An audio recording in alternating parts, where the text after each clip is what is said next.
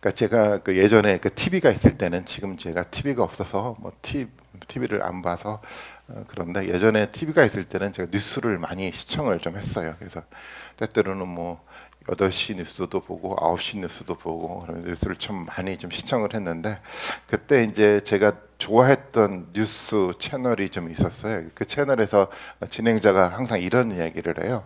하나의 사건 보도를 하고 난 다음에 그게 끝나고 난 다음에 또 다른 사건을 보도하지 않고 그 사건에 대해서 이제 이런 표현을 하더라고요. 이 사건에 대해서 좀 더 깊이 있게 조금 다른 관점 속에서 더 깊이 있게 한번 들어가서 보도해 드리도록 하겠습니다 라는 이야기를 하면서 뉴스를 좀 보도를 했어요. 그러니까 그 채널의 어떤 컨셉이 그랬던 것 같아요. 다양한 많은 이야기를 다양하게 하기보다는 하나의 이야기를 더 집중적으로 또 좀 다른 관점 속에서 더 깊이 있게 다루려는 어떤 뉴스 채널의 컨셉을 가지고 진행했던 것 같은데 그런 개념을 제가 좀 많이 좋아했는데 오늘 문득 이 요한계시록을 읽다 보니까 마치 요한계시록에 그렇게 기록된 것 같다라는 생각이 좀 들었어요. 하나의 이야기가 끝나고 난 다음에 또 다른 이야기를 하겠다라는 것이 아니라 하나 이야기가 끝나고 난 다음에 이제 이 이야기를 조금 더 다른 관점에서 조금 더 깊이 있게 이야기를 다시 한번 이야기할게라고 하면서 이야기를 기록해 나가고 있는 겁니다. 그러니까 앞부분에 우리가 아시는 것처럼 7개의 봉인에 대한 심판에 대한 얘기를 했었잖아요. 이 7개의 봉인에 대한 심판에 대한 이야기가 끝나고 나고 이제 또 다른 나팔 심판에 대한 이야기를 할 거라고 하는 것이 아니라 7개 봉인에 대한 심판 얘기를 끝나고 난 다음에 그 종말에 대한 역사, 심판에 대한 역사를 내가 조금 더 다른 관점에서 더욱더 깊이 있게 들어가서 이야기를 진행할게라고 얘기를 하면서 이 본문에 대한 이야기가 기록되어 있다는 겁니다. 그래서 사실은 이 본문에 대한 이야기를 지난번에 했던 이야기에 근거해서 조금 더 깊이 있게 들어가는 어떤 개념 속에서 이 본문을 이해를 해 나가야 하는 겁니다. 지난번 우리가 했던 이야기 어떤 이야기였습니까? 7개 봉인에 진된 심판 얘기를 하면서 이런 얘기를 했잖아요. 종말의 역사는 우리가 살아가는 이 교회 역사 속에 있는 것은 뭐냐면 칼을 든 자에 의해서 평화가 사라져가는 심판의 역사가 있게 된다고 얘기를 했어요. 기근 때문에 생겨나는 양극 현상들이 일어나고 부한 자는 더 부하게 되고 가난한 자는 더 가난하게 돼서 생겨나는 갈등과 시기심과 경쟁과 그로 인한 싸움과 다툼과 그 결과로서 죽음의 세상이 만들어져가는 그 심판에 대한 역사를 기록하고 있는 것이 지난번이었었어요. 그리고 그 과정 가운데 하나님의 말씀을 붙들고 살아가는 사람들이 많은 환난과 또 불이 있고 어려움을 당하잖아요. 그들이 울부짖음의 기도를 했던 내용들이 기록하고 있지 않습니까? 울부짖을 수밖에 없었는데 하지만 그럼에도 불구하고 하나님이 기다리라고 얘기를 했어요. 왜? 하나님의 사람들이 채워지기까지 하나님 기다려야 했었습니다. 그리고 그렇지만 그들의 울부짖음의 기도가 하나씩 쌓여서 하나님께 상달됐을 때 그것을 근거로 마지막 최종적인 심판이 이루어진다는 얘기가 지난번 7개 봉인에 대한 심판에 대한 메시지였었죠.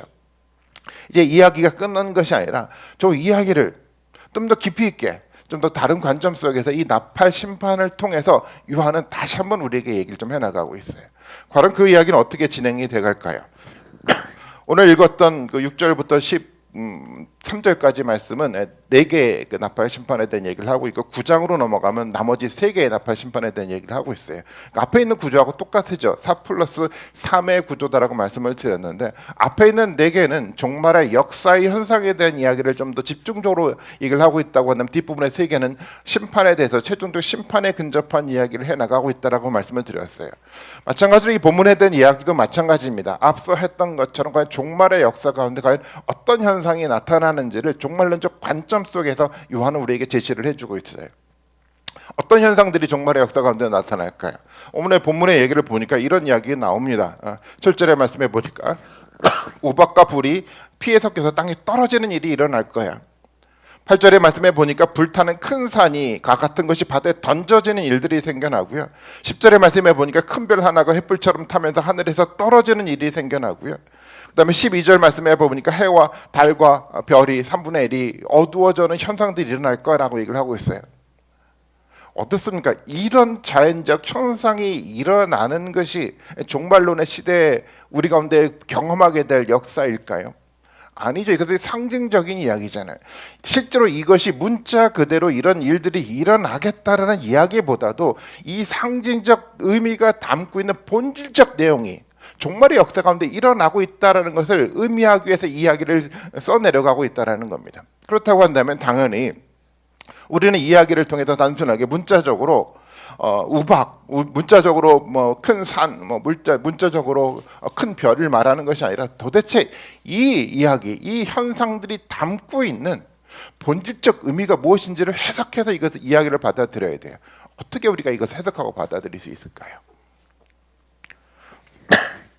사실은 사도 요한이 이 계시를 보고 들었을 때 이 사도 요한은 이 의미가, 이 현상이 가지고 있는 이 상징적 의미가 어떤 것인지를 너무도 잘 알고 있었어요. 왜냐하면 사도 요한은 성경의 역사를 너무도 잘 알고 있었기 때문에 그래요.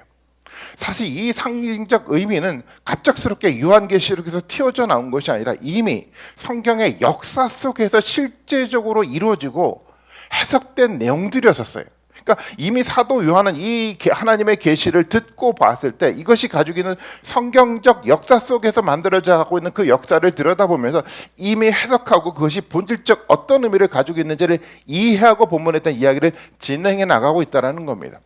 그래서 사실 우리도 마찬가지입니다. 과연 이 이야기가 어떤 의미일까 해석하는 것은 굉장히 중요합니다. 다양한 많은 사람들이 막 해석을 하잖아요. 의미 없게 막 해석하는 경우들이 많은데 이것은 이미 구약 성경에 등장해 있어요. 그것을 근거로 과연 이 상징적 의미가 어떤 의미인지, 그리고 이것을 통해서 어떤 종말의 역사가 만들어져 가는지를 우리는 성경의 역사를 통해서 실질적으로 볼 수 있다는 겁니다. 여러분, 본문을 우리가 읽었지만 이 본문을 읽어보신 분들은 요한처럼 성경 지식이 많지는 않지만 그럼에도 불구하고 우리가 많이 설교도 듣고 또 성경도 공부하고 성경에 대한 이야기를 읽었기 때문에 이 본문을 읽어보면 떠오르는 역사가 아마 있을 거라고 생각이 돼요. 여러분, 어떤 역사가 이 본문을 읽어보다 보니까 어떤 역사가 여러분 머릿속에 확 떠오릅니까? 첫 번째요. 어떤 역사가 떠오르죠?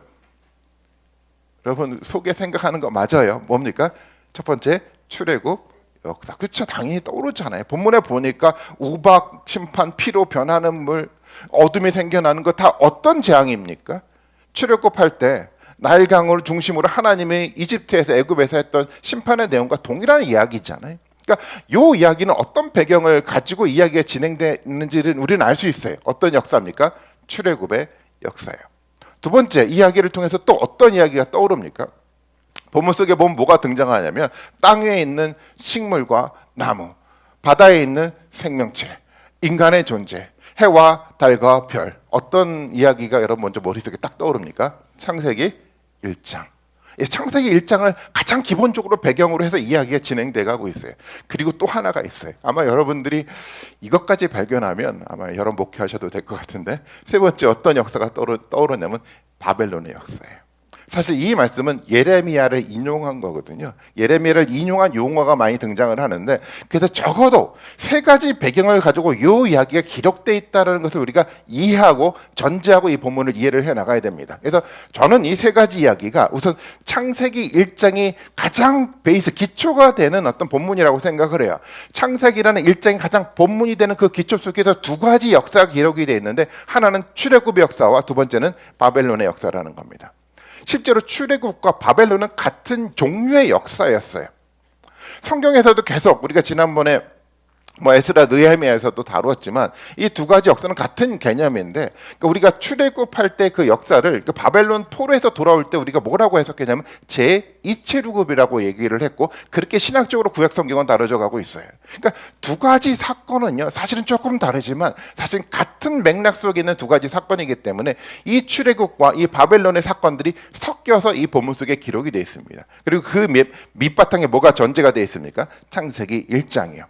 아마 이렇게 이해를 하고 본문을 이해를 하면 조금 더 본문의 내용이 여러분들 가운데 아마 이해가 좀 될 거라고 좀 생각을 합니다. 그런 개념 속에서 이야기를 좀 풀어나가 보도록 하겠습니다. 7절의 말씀 먼저 봐보겠습니다.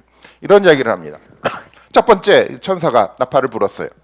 우박과 불이 피에 섞여서 땅에 떨어졌습니다. 그래서 땅의 3분의 1이 타버리고, 또 뭐가 타버렸습니까? 나무의 3분의 1이 타버리고 푸른 풀이 타버렸습니다. 땅이 타버리고 풀이 타버리고 나무가 타버렸대요. 여러분, 풀과 나무는 굉장히 중요해요. 왜냐하면 창세기 그 창조 기사에서 이것은 굉장히 중요합니다. 어떤 이야기가 되게 중요하냐면 창세기에서 아마 창세기 1장에 보면 여러분 창조 이야기가 여러분 머릿속에 기억될 것 같은데 구조적으로 사람들은 이렇게 많이 하더라고. 6일 창조 뭐 이렇게 얘기를 하는데 저는 개념이 좀 달라요. 6일 창조가 아니라 6번의 창조라고 저는 해석을 해요. 왜냐하면 우리의 관심은 날에 관심이 있는데 사실 성경의 구조는 날보다도 하나님의 보시기에 좋았다는 요 문구를 기준으로 6개의 창조에 대한 이야기를 기록하고 있어요. 그래서 이 6개의 하나님 보시기에 좋았다는 이 6개의 구조로 창세기 이야기를 구분해 보면 2개가 이렇게 수평을 이룹니다. 첫 번째 아시는 것처럼 뭐를 창조했습니까? 빛을 창조했어요. 그다음에 네 번째 창조가 된 게 뭔지 아시죠? 해와 달과 별이요. 그러니까 두 번째 창조가 된 게 뭐냐면은 하늘과 땅과 바다야. 그다음에 다섯 번째 창조가 된 게 그러니까 당연히 뭐가 있죠? 하늘과 땅과 바다에 살아가야 될 생명체를 창조했다고 얘기를 하고 있어요. 첫 번째 또 마찬가지, 두 번째도 같이 이게 하나의 어떤 장소가 있으면 그걸 살아가야 될 그 생명체가 있는 것처럼 마지막에 그 창조가 된 게 뭐죠? 씨 맺는 식물과 열매를 맺는 나무를 창조했어요. 이것이 굉장히 중요한데 나무와 열매를 맺는 나무와 씨를 맺는 식물을 창조했다는 것은 그것을 통해서 뭐를 만들어 가려고 하는 거죠? 인간이 살아가게끔 만들어가기 위해서 만든 겁니다. 그래서 실제적으로 이런 이야기를 해요. 창세기 1장 이런 말씀에 보면 제가 읽어드리는데 이런 얘기를 합니다. 땅을 정복하여라. 1장 29절이네요. 열매를 맺는 모든 나무를, 그러니까 그 식물과 모든 열매를 너에게 다 주겠다라고 얘기하면서 이것들이 너희의 먹거리가 될 것이다라고 얘기를 하고 있어요. 분명하게 나무와 식물을 창조하고 열매 맺는 것들을 창조하는 이유가 있어요. 왜 그렇습니까? 인간이 먹을 수 있게끔요. 나무와 풀이라는 것은 목적을 가지고 있어요. 인간이 살아가기 위해서 만들어진 존재라는 겁니다. 먹을 수 있는 어떤 매체들이 있는 거잖아요. 또 다른 좀 더 나가서 말한다고 한다면 인간의 번영, 풍요를 이루기 위해서 필요한 가장 절대적인 것이 이 나무와 풀의 역할인 겁니다.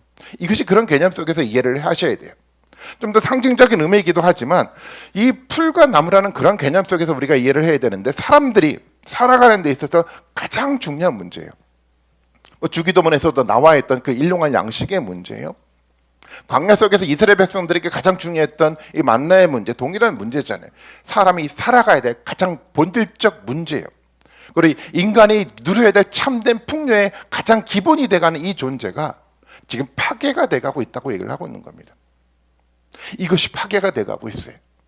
먹는 문제가 파괴가 돼가고 있어요. 인간이 이것을 통해서 풍요를 이뤄야 되는데 이 풍요가 파괴가 돼가고 있다는 겁니다. 하나님의 했던 창조가 파괴가 돼가고 있어요. 도대체 하나님은 왜 이것을 지금 심판하면서 파괴시켜 나가고 있는 걸까요? 본문의 이야기 7장 초반부에 보면 이렇게 얘기를 하고 있어요. 우박과 불이 피에 섞여서 땅에 떨어졌다라고 얘기를 하고 있어요. 우박과 비가 섞여서 땅에 떨어졌다. 이것은 우리가 너무도 잘 아는 것처럼 출애굽기 이야기입니다. 출애굽기 9장 말씀인데요. 한번 봐볼까요? 동일하게 표현이 되어 있어요. 23절과 24절의 말씀에 보면 모세가 하늘로 그의 지팡이를 내미는데 주님께서 천둥 소리를 내게 하시고 우박을 내리셨는데 벼락이 땅에 떨어졌다. 주님께서 이집 땅에 우박을 퍼부으신 것이다. 그 다음에 보면 우박이 쏟아져 내리면서 뭐도요? 번개불도 함께 번쩍거렸고 이와 같이 큰 우박은 이집트 나라가 선 뒤로부터 이집트 온 땅에 한 번도 내린 적이 없었다라고 얘기를 하고 있어요. 그 다음에 이집트 온 땅에서 우박과 사람의 짐승이나 할 것 없이 들에 있는 모든 것을 쳤고 그래서 우박이 들의 모든 풀을 치고 들의 모든 나무를 부러뜨렸다. 이 이야기가 그대로 계시록에 사용된 거잖아요. 근데 본문 속에서 조금 내용이 좀 다르긴 합니다. 이 요한 출애굽기에서는 뭐냐면 우박과 불에 대한 얘기를 하고 있지만 계시록에 뭐가 섞여 있습니까? 피가 섞여 있어요. 좀 더 선명하죠. 출애굽기에서 모든 이 세상에 가지고 있었던 인간의 가장 본질적인 것, 풍요를 이루어야 될 가장 본질적인 것들이 파괴가 돼가고 있다는 것을 보여가고 있다고 한다면 계시록은 좀 더 선명합니다. 파괴뿐만 아니라 피는 뭐를 상징하는 겁니까? 죽음을 상징하는 거잖아요. 파괴 정도에 이르는 것이 아니라 이 죽음에 이르는 심판의 메시지를 계시록은 더 선명하게 우리 가운데 보여줘가고 있는 겁니다. 하나님의 것은 하나님이 만들었던 그 모든 세상이 다 파괴가 된다는 거예요. 풍요를 이루는 인간이 추구하고자 하는 모든 것들이 다 파괴가 된다는 겁니다. 왜 이렇게 하나님 파괴시켜 갈까요? 26절의 말씀에 보면 이런 표현이 좀 있어요. 그러나 이스라엘 자손이 사는 고센 땅에는 우박이 내리지 않았대요. 어디는 보호됩니까? 고센 땅이에요. 고센 땅은 어떤 땅이죠? 하나님이 백성이 사는 땅이에요. 좀 더 다른 말로 말한다고 한다면 하나님의 말씀이 이루어지는 그 땅이에요. 창세기 1장에서 말하고 있는 것처럼 하나님의 말씀들을 창조했는데 그 말씀의 질서가 그대로 운영되는 그 땅을 말하는 거잖아요. 하나님의 약속한 백성들이 따라가는 그 땅이야. 그 땅 속에 있는 풀과 나무는요 파괴가 되지 않았어요. 하나님 파괴시키는 것은 어떤 것들을 말하는 겁니까? 고센 땅이 아니라 하나님의 백성들이 살아간 그 삶의 영역이 아니라 우상에 의해서 만들어져가는 왜곡된 땅을 말하는 거예요. 세상은 그렇지 않았습니까? 하나님의 말씀에 근거해서 하나님의 말씀에 의해서 풀과 나무가 창조가 되었고 모든 세상들은 하나님의 말씀의 질서 속에서 운영되어 감에도 불구하고 이집트라는 세상의 나라는 어떻습니까? 하나님을 거부하고 우상을 만들어서 왜곡된 이야기 속에서 그들의 풍요를 이루기 시작을 했잖아요. 실제적으로 이집트에는 그 나일강을 중심으로 많은 신들이 있었습니다. 이집트 사람들은 그 많은 신들을 섬겨가면서 이런 생각들을 했죠. 이 신들이 우리에게 풀과 나무를 줄 것이다 생각했어요. 우리에게 먹을 것을 주고 우리에게 풍요를 이룰 수 있게 해준다고 그들은 생각하고 그들은 신들을 섬겼다라는 거예요. 아, 신들이 이 나무와 풀을 주겠다라는 거예요. 그런 의식을 가지고 그들이 살았는데 지금 하나님 뭐를 심판합니까? 그들이 섬겼던 생각 속에 있었던 풀과 나무를 파괴시켜 가는 겁니다. 이스라엘 백성들은 이것을 통해서 명확하게 봤어요. 이스라엘 백성들도 애굽에 살면서 동일한 생각을 가졌겠죠. 그들이 믿고 있었던 나일강을 중심으로 만들어졌던 많은 우상을 섬겨 나갈 때 생겨나는 이 풍요를 그들도 생각하고 살아갔는데 그 모든 것들이 파괴가 되어가면서 그들은 뭐로 인식할 수밖에 없었습니까? 참된 신은 나일강에 있었던 이집트에 있었던 세상의 우상이 아니라 누구밖에 없습니까? 오직 여호와 하나님 한 분밖에 없다는 것을 명확하게 보게 하나님 만드셨다라는 거예요. 하나님 파괴시켰어요.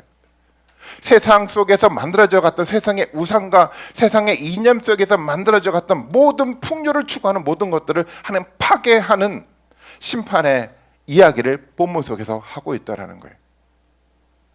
세상의 우상은 여러분 뭐를 추구합니까? 이집트뿐만 아니라 바벨론뿐만 아니라 로마뿐만 아니라 현대 사회에 이르기까지 우상은 공통적으로 하는 이야기가 있어요. 참된 풍요는 뭐를 통해서 이루어져 가냐면 세상적인 방식이야. 권력의 힘이요. 돈의 힘이요. 이것이 풍요를 이룬다고 생각을 하잖아요. 고대 속의 세계 속에 있었던 여러 가지 그림이나 이런 것들을 보면 그들이 그림 속에 대표적으로 나와 있는 게 두 가지가 있어요.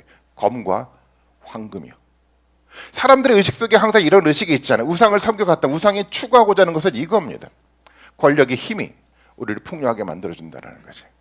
돈의 힘만 있으면 우리를 풍요롭게 만들어준다는 의식을 갖게 우상은 만들어갔어요. 그리고 그 속에서 뭐를 다 빼버렸습니까? 하나님은 빼버렸어요. 하나님의 세상을 창조하고 하나님의 말씀에 우리가 거할 때 고센 땅과 같은 곳 속에서 하나님 풍요가 실현돼 가는데 에덴에서 참된 풍요가 실현되는데 그것이 아니라 세상의 우상은 그것이 아니라 권력과 부의 이 힘이요. 어쩌면 부분 속에서 앞부분에 봉인 심판에 대해 얘기를 하고 있는 것은 사람들은 권력과 부의 힘을 가지고 칼을 만들어 버리기 시작을 했어요. 그 칼로 어떻게 합니까? 평화를 없애버리기 시작합니다. 그것이 세상의 역사 아닐까요? 사람들이 이 권력과 부를 가지고 있는 그 힘을 가지고 누구를 위해서 사용합니까? 나를 위해서 사용하거든요. 그들의 중심에는 내 중심이 있어요. 내 지식과 내 이념과 내 능력에만 초점을 맞추다 보니까 이것을 가지고 누구를 위해서 사용하다 보면 나를 위해서 사용을 해요. 그러다 보니까 어떻게 됩니까? 세상 관계 가운데 평화는 사라졌어요. 관계 속에서 사람과 사람의 시기심이 만들어져 갔어요. 경쟁 관계가 됐어요. 다툼을 해야 됐었습니다. 싸움을 했었어야 됩니다. 전쟁을 할 수밖에 없었습니다. 이것이 가인이 만들어간 역사 아니었습니까? 아벨과 가인이 제사를 드렸는데 하나님이 아벨의 제사를 받아들였어요. 가인이 그것을 지켜보고 어떤 마음을 가졌습니까? 시기했거든요.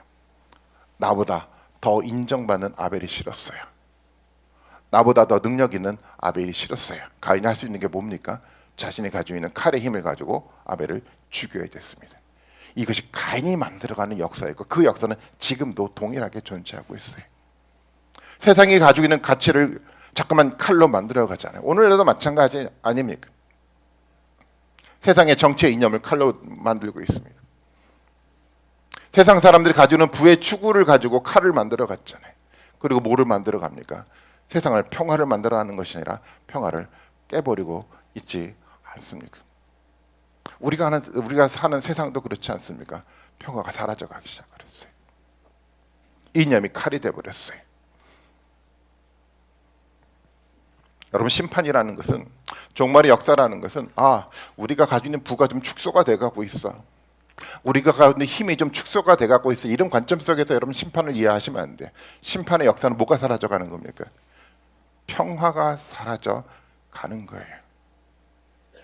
권력자들의 이 검을 든 권력자들에 의해서 평화가 사라져 가는 거예요. 세상 사람들이 그렇게 되지 않았습니까? 세상의 이념들을 가지고 이 평화를 파괴해버리는 그 역사가 바로 종말의 역사라는 겁니다. 하나님이 이것을 파괴시켜 나가고 있다는 거예요. 저는 이 본문 속에 보면 이런 표현을 하고 있어요. 7절 중반부에 보면 그래서 3분의 1이 타버렸다라고 얘기를 하고 있어요. 3분의 1만 타버렸대요. 모두가 타버리지 않고. 왜 3분의 1만 왜 타버렸습니까? 최종적 심판이 아니거든요. 그 이야기는 어떤 이야기입니까? 이 심판이 지금 진행되어 가고 있다는 의미예요. 만약에 이집트 때 하나님의 최종적 심판을 퍼부었다고 한다면 역사는 끝났겠죠. 바벨론 역사 때 바벨론을 통해서 완벽하게 최종적 심판을 했다고 한다면 역사가 끝났겠죠. 그렇지 않아요. 심판은 끝나지 않았습니다. 진행되어 가고 있어요. 아직도 진행되어 가고 있어요. 이 심판의 역사는 언제도 진행되어 가고 있습니까? 지금 우리가 사는 이 시대에도 심판의 역사는 진행되어 가고 있어요. 여러분, 한국 사회를 한번 냉정하게 돌아다 보십시오. 길거리를 나가 보십시오. 평화가 세워져 가고 있습니까? 평화가 사라져 가고 있잖아요. 뭐 때문에 평화가 사라져 가고 있습니까? 세상의 정치 이념 때문에요. 세상이 추구하고자 하는 이 칼을 든 이 검의 힘을 가지고 평화가 깨져버리고 있지 않습니까? 우리가 지금 그 시대에 살아가고 있지 않습니까? 사람들이 여러분 한번 얼굴을 한번 보십시오. 평화롭고 행복해 보입니까? 아니요, 그렇지 않아요. 점점 더 정치인들이 가지고 있는 정치인들의 그 역량들이 이제 그들에서뿐만 아니라 사람들에게 점점점 확대돼 가고 있어요. 잘 알지 못했던 사람들도 그 이념의 세뇌가 돼가지고요, 같이 분노하며 같이 평화를 깨뜨리는 일에 동참하고 있지 않습니까? 평화가 지금 사라져 가고 있어요. 왜 그렇습니까? 이것이 하나님의 심판의 과정인 거거든요. 둘째 천사가 나팔을 불었어요. 어떤 얘기냐면 불타는 큰 산과 같이 바다에 던져졌는데, 그래서 바다의 3분의 1이 피가 됐대요. 바다에 사는 생명 있는 피조물이 3분의 1이 죽고 배들이 3분의 1이 부서졌다라고 얘기를 합니다. 이제 어떻게 됩니까? 바다의 생명체가 죽었어요. 이 이야기도 출애굽기 7장에 등장하는데, 출애굽기 7장 말씀 봐볼까? 이렇게 기록을 하고 있습니다. 모세가 아론은 주님께서 명하신 대로 하였는데 그가 바로와 그의 신하들 앞에서 지팡이를 들어 강물을 치니 강의 모든 물이 피로 변해버렸습니다. 그러자 강에 있는 물고기가 죽고 강물에서 악취가 나서 이집트 사람들이 그 강물을 맛있게 얻게 되었고 이집트 땅의 모든 것은 다 피가 되었다라고 표현하고 있어요. 강물이 피가 되었어요. 살아가는 삶의 근원이었던 이 물이 피가 되었습니다. 아무도 살아갈 수 없는 죽음의 영역에 도달하게 된 겁니다. 그리고 앞부분과 이제 비교가 되는데, 앞부분은 땅 위에 있는 식물들이 죽어갔다고 한다면 이제는 바다에 있는 생명체가 죽어가고 있어요. 이 이야기를 통해서 이 이야기는 좀 더 이제는 심판의 영역이 확대가 돼가고 있다는 것을 말하고자 하는 거예요. 하나님의 심판의 영역이요, 이제 한 곳에만 존재하는 것이 아니라 점점점 확대가 되면서 모든 영역 속에서 하나님의 심판의 메시지가 선포가 돼가고 있는 겁니다. 그렇잖아요. 세상의 몇몇 세력에 의해서 세상의 평화가 깨졌는데, 근데 그것이 어떻게 돼가죠? 점점 확대가 돼갔잖아요. 일반 사람에게까지 확대가 돼가기 시작을 했어요. 그리고 그 확대가 어디까지 이루어져 가는지 아십니까? 교회 공동체가 가운데까지 들어왔어요. 말씀의 중심이 될 하나님의 교회 공동체 가운데 말씀의 권위보다도 세상에 이념이 더 큰 권위를 갖는 그런 교회의 모습으로 막 바뀌어가고 있지 않습니까? 요즘에 그런 얘기를 하더라고요. 큰 교회에서, 우리 교회는 아니지만 우리 큰 교회에서 요즘에 정치적 어떤 문제를 가지고 성경적 관점에서 정치의 문제를 평가하는 얘기를 하지 못한대요. 잘못 얘기하다가 교회가 분열이 생겨난다는 겁니다. 평가가 깨져가기 시작한대요. 아무 얘기도 하지 못한 그런 상황에 놓여 있다고 얘기를 합니다. 왜 그렇습니까? 왜 이런 일들이 우리 가운데 벌어져 가죠? 말씀의 권위가 떨어졌거든요. 말씀이 중요하지 않다고 생각해서 뭐가 중요합니까? 세상의 정치념이 더 중요해 라고 사람들이 생각하기 시작했거든요. 그러면서 교회 안에서도 뭐가 생겨납니까? 어떤 얘기를 끄집어내기가 두려워요. 어떤 얘기가 끄집어낼 때마다 평화가 깨져버립니다. 상처가 생겨나요. 왜 그렇습니까? 이것이 하나님의 심판의 과정인 거거든요. 본문 속에 보면 8절 둘째 천사가 나팔을 부는데 불타는 큰 산과 같은 것이 바다에 던져졌다고 표현을 해요. 이 불타는 큰 산과 같은 이 표현이 굉장히 중요한데 이 표현이 예레미야 51장에 등장합니다. 한번 봐볼까요? 이렇게 얘기를 하고 있습니다. 온 세상을 파괴한 멸망의 산아, 멸망의 산이라고 표현해요.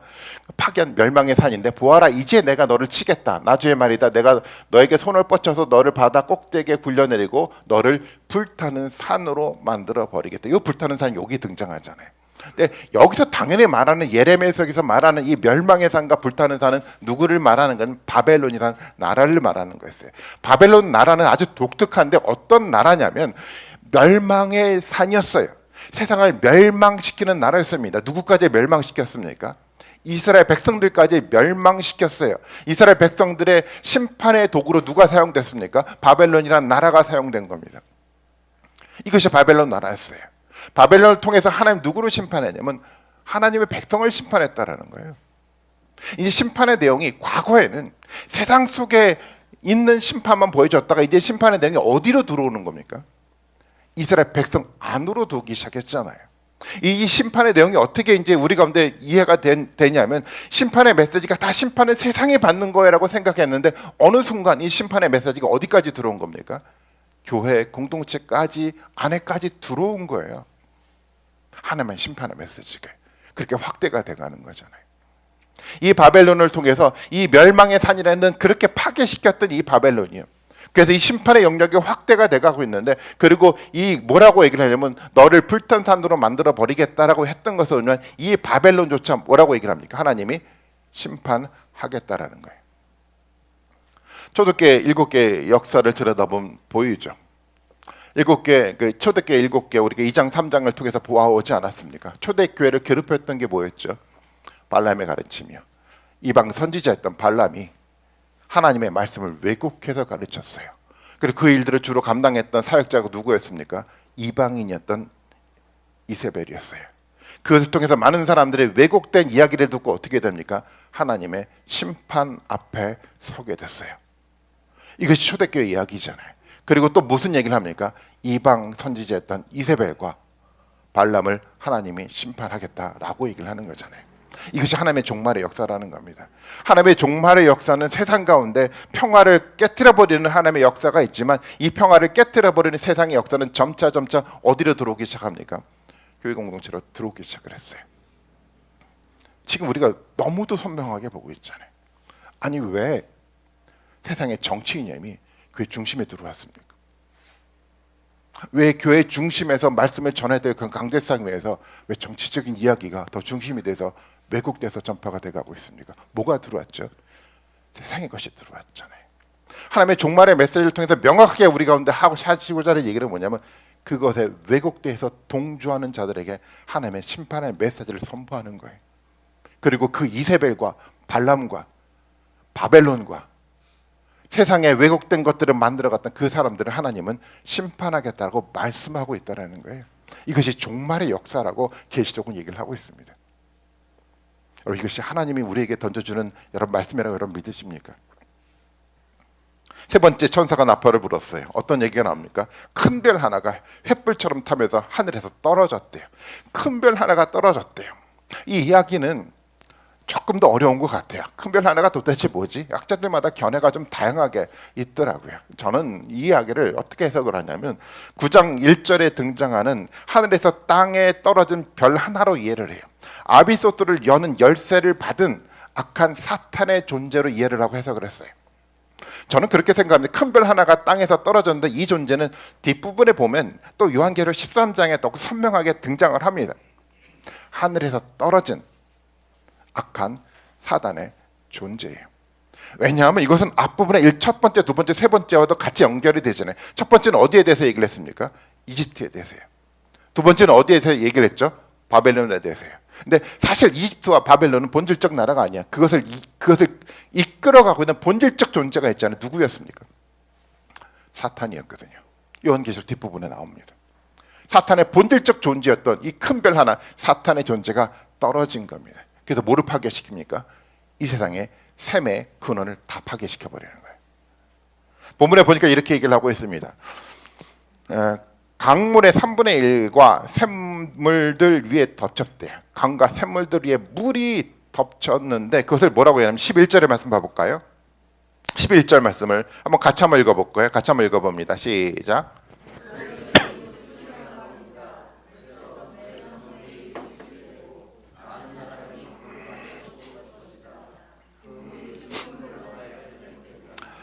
별의 이름은 쑥이었습니다. 근데 이 쑥이 가지고 있는 의미가 뭐죠? 쓴물이 됐어요. 쓴물이 됐다는 이 쓰다라는 얘기는 어떨까? 약을 먹으면 쓴데 그 쓴물을 말하는 걸까요?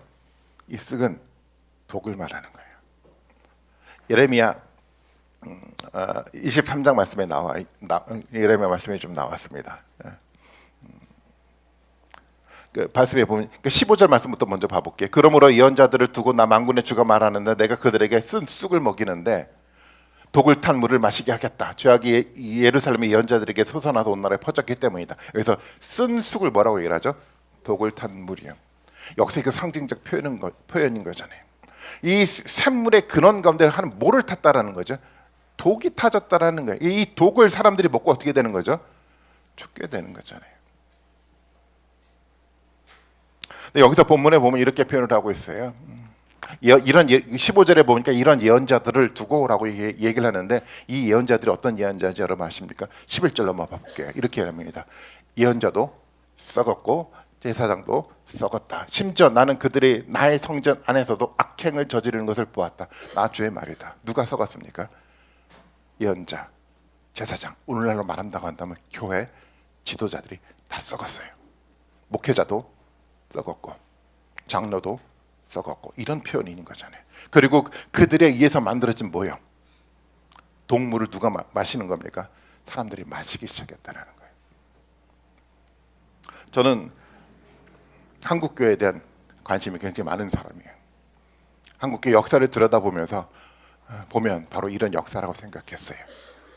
계속 지도자들이 독물을 만들었어요. 세상의 정치념을 가지고 와서 독으로 만들어서 사람들에게 주입시키기 시작을 했어요. 하나님 말씀의 권위를 무너뜨리기 시작했어요.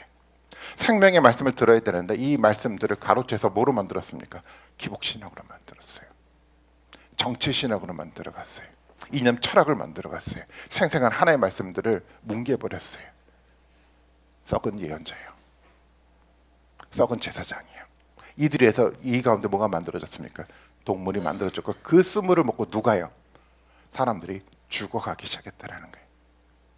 이 이야기는 좀 더 구체화되고 더 선명하게 보여져 가지 않습니까?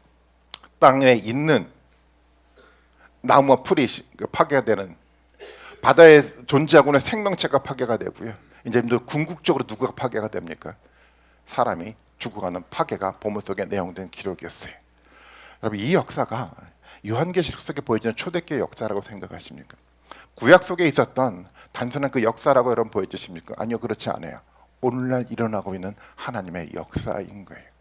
왜곡된 이야기 속에서 만들어져가는 잘못된 것들이 동물이 돼서 우리를 죽어가게 만들어가고, 그래서 우리를 하나님의 심판대에 서게 만들어가는 이 왜곡된 이야기가 우리를 지배하게 만들어갔다는 거예요.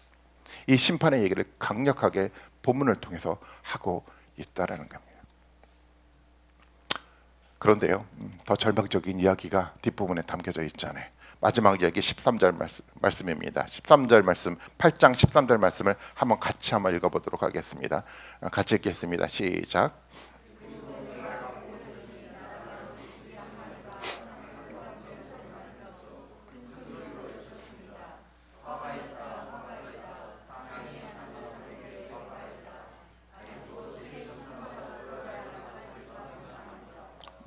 무슨 얘기죠?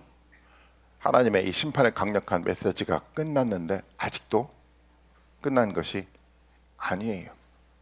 더 심각한 하나님의 심판의 메시지가 남아있는 겁니다. 우리가 지금 그 시대를 살아가고 있다는 겁니다. 네 번째 나팔 소리를 불 때 일어났던 현상들이 있지 않습니까? 해와 달과 별들이 어둠으로 소멸돼 가기 시작을 했어요. 저는 창세기 말씀을 한번 읽고 생각을 해봤습니다. 창세기 말씀 한번 볼까요? 이렇게 얘기를 하고 있습니다. 창세기 이야기인데 하나님의 큰 두 빛을 만드시고 불 가운데서 큰 빛을 낮을 다스리게 하고 작은 빛으로 밤을 다스리게 했는데 또 별을 만드셨습니다. 뭐를 만드신 겁니까? 해와 달과 별을 만드셨어요. 이것을 가지고 세상을 다스리도록, 세상을 비추도록 만들어갔어요. 17절 말씀, 하나님 빛나는 것들을 하늘 창공에 두시고 땅을 비추게 하시고, 18절 말씀이요, 낮과 밤을 다스리게 하시며 빛과 어둠을 가르게 하셨다. 하나님이 보시기에 좋았다라는 겁니다. 해와 달과 별들을 만들고 인간을 창조하고 세상들을 아름답게 만들어갔던 그 모든 세상이요, 너무도 보기에 좋았던 그 세상을 하나님 지금 파괴하고 있는 거예요. 말씀에 의해서 거룩하게 만들어져 가서 정말 하나님 보시기에 좋았던 아름다운 세상들이 끊임없이 만들어져 가야 되는데, 왜곡된 세상들을 들여다보면서 하나님은 하나씩 파괴가 해 나가고 있다는 겁니다. 이것이 우리가 살아가는 지금의 시대의 모습인 겁니다. 하나님의 좋았던 그 세상이 파괴가 돼 가기 시작했어요. 그런데 아직도 끝나지 않았습니다. 아직도 남아있는 심판이, 더 강력한 심판이 우리 가운데 남아있다는 것이 요한계시록의 말씀인 겁니다. 저는 이 말씀이 두려움으로 우리 가운데 다가왔으면 좋겠어요. 이 말씀의 경고의 메시지가 우리 가운데 강력한 두려움으로 다가왔으면 좋겠고, 그래서 우리가 어떻게 살아갈지에 대한, 종말의 시대 가운데 우리가 무엇을 붙들고 살아가야 될지에 대한 바른 방향을 잡아가는 여러분들이 되셨으면 좋겠어요. 물론 시간이 지나가면 고센땡과 같은 하나님의 남겨주었던 그릇투기 같은 사람들을 하나님 보호하실 겁니다. 그들을 보호하셔서 최종적인 하나의 심판들을 이루는 가장 중요한 근원으로 삼으실 겁니다. 여러분, 우리는 그 속에 속해 있어야 되는 거예요. 세상의 이념 속에서, 세상의 생각 속에서 같이 어울리면서 파괴된 존재로 우리가 살아가는 것이 아니라, 끊임없이 하나님의 말씀에 대해서 끝까지 견뎌내고 이 말씀 붙들고 살아가면서 하나님과 더불어 만들어갈 위대한 역사를 소망하며 살아가는 우리가 돼가야 되는 겁니다. 저는 신소교회가 그런 교회가 되었으면 너무도 좋겠어요. 세상의 생각에 여러분 동요되지 마십시오. 여러분 세상의 이념에 여러분 절대 지배되지 마십시오. 오직 여러분들의 삶들을 하나님의 말씀에 지배되도록 여러분 삶들을 하나님께 맡기십시오. 그래 하나님 위대한 역사 우리 가운데 이루어져 가는 거예요. 우리는 지금 진행되어 가고 있는 종말의 시대를 살아가고 있어요. 우리는 하나님 붙들고 살아가야 됩니다. 그럴 때 비로소 참된 희망과 소망이 우리 가운데 다가올 수가 있습니다. 저는 이 계시록의 말씀을 통해서 우리가 살아가는 이 시대가 어떤 시대인지를 명확하게 보라고 우리에게 던져준다라고 생각하고 있어요. 오늘 우리 시온소교회 가운데 요한계시록을 가지고 나누게 만들었던 하나님의 목적도 분명합니다. 우리가 살아가는 지금 시대, 혼돈과 갈등과 다툼만 난무하는 이 시대 가운데 이 시대의 의미가 무엇인지를 명확하게 보라고 하나님이 이 계시록 말씀을 우리에게 던져주는 건 아니겠습니까? 이 말씀을 가지고 정말 바른 성경적 생각을 가지고 정말 믿음으로 말씀으로 승리하는 우리 모든 분들이 되시기를 주님의 이름으로 축원드리겠습니다. 같이 한번 기도하시겠습니다. 함께 같이 한번 기도하기를 좀 원합니다. 정말 우리가 이 말씀을 통해서 정말 하나님의 말씀을 통해 생겨나는 참된 지혜가 우리 가운데 생겨났으면 좋겠어요. 이 세상의 철학, 세상의 어떤 정치 이념 속에서 만들어져 갔던 그 적응되는 그것이 아니라 정말 하나님의 것으로 만들어졌던 그것을 가지고 우리가 건강하게 세워져 갈 수 있는 우리가 되게 해달라고요. 우리 공동체가 되게 해달라고 이 시간 같이 한번 기도하기를 원합니다. 같이 기도하시겠습니다.